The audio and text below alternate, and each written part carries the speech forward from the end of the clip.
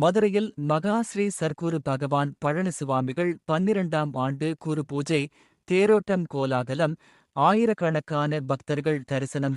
பழனி அருகே கணக்கம்பட்டியில் வாழ்ந்த மகா ஸ்ரீ சர்க்குரு பகவான் பழனி சுவாமிகள் மதுரை வில்லாபுரம் பகுதியில் முதலாக மதுரை ஞானசபை என்ற அமைப்பை நிறுவினார். இங்கு தினசரி வருகை தந்து அருள் பாலித்தோடு தனது அருள் நிறைந்த இடமாக மதுரை ஞானசபையை மாற்றி அமைத்தார்.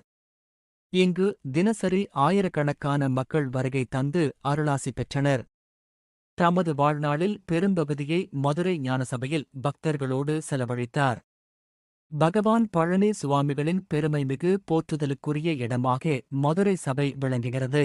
இங்கு பகவான் பழனி சுவாமிகளை நினைத்து வரும் பக்தர்களின் குறைகளைப் போக்கும் இடமாக உள்ளதாலும், அறிவு கல்வி போதிக்கக்கூடிய ஞான சபையாக இருப்பதாலும் தினசரி திரளான பக்தர்கள் தரிசனம் செய்து விளக்கேற்றி மனமுருகி வழிபட்டு செல்கின்றனர். இங்கு மகா ஸ்ரீ சர்க்குரு பகவான் பழனிசுவாமிகளின் 12ஆம் ஆண்டு குருபூஜை விழா 27-02-26 இல் துவங்கி 01-03-26 ஆம் தேதி வரை 3 நாட்கள் வெகு விமரிசையாக நடைபெறுகிறது.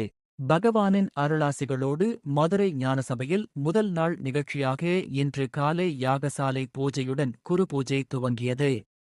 முன்னதாக 12ஆம் ஆண்டு குருபூஜை என்பதால் மகா ஸ்ரீ சர்க்குரு பகவானுக்கு விபூதி, நெய், சந்தனம், மஞ்சள் பொடி, பால், பன்னீர், திரவியம் உள்ளிட்ட 12 அபிஷேகங்கள் சிறப்பாக நடைபெற்றது.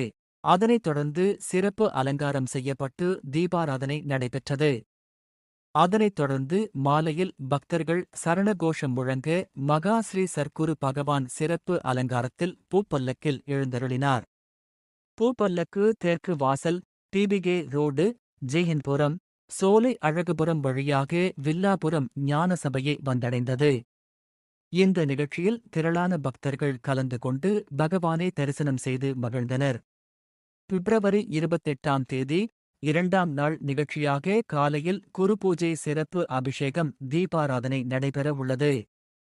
அதனைத் தொடர்ந்து மாலையில் கொங்கு மண்டலம் பவளக்கொடி கும்மி கலைக்குழு சார்பில் வள்ளி கும்மி நடனம் நடைபெறுகின்றது. மார்ச் 1, 2026 3ஆம் நாள் நிகழ்ச்சியாக காலையில் சர்க்குரு மகா ஸ்ரீ பகவானுக்கு புண்ணிய தீர்த்தங்களால் சங்காபிஷேகம் நடைபெறுகிறது. அதனைத் தொடர்ந்து சிறப்பு அலங்காரம் செய்யப்பட்டு தீபாராதனை நடைபெற உள்ளது. இந்த பூஜையில் கலந்து கொள்ளும் பக்தர்கள் அனைவரும் பகவானின் திருவடிகளுக்கு நேரடியாக பூஜை செய்ய அனுமதிக்கப்பட இருக்கிறார்கள். குருபூஜை விழா நடைபெறும் 3 நாட்களும் தொடர் அன்னதானம் நடைபெற இருக்கின்றது. தங்களை தேடி வந்து அன்பு காட்டி தங்கள் வேண்டுதல்களை நிறைவேற்றி அருள் புரியும் பகவானுக்கு நன்றி சொல்லும் திருவிழாவாக ஒவ்வொரு ஆண்டும் மதுரை ஞானசபையில் குருபூஜை விழா வெகு சிறப்பாக நடைபெற்று வருகிறது. இந்த ஆண்டு பகவானின் 12ஆம் ஆண்டு குருபூஜை என்பது வெகு சிறப்பு வாய்ந்தது. பக்த கோடிகள் திரளாக கலந்து கொண்டு பகவானின் அருளை பெற்று மகிழலாம்.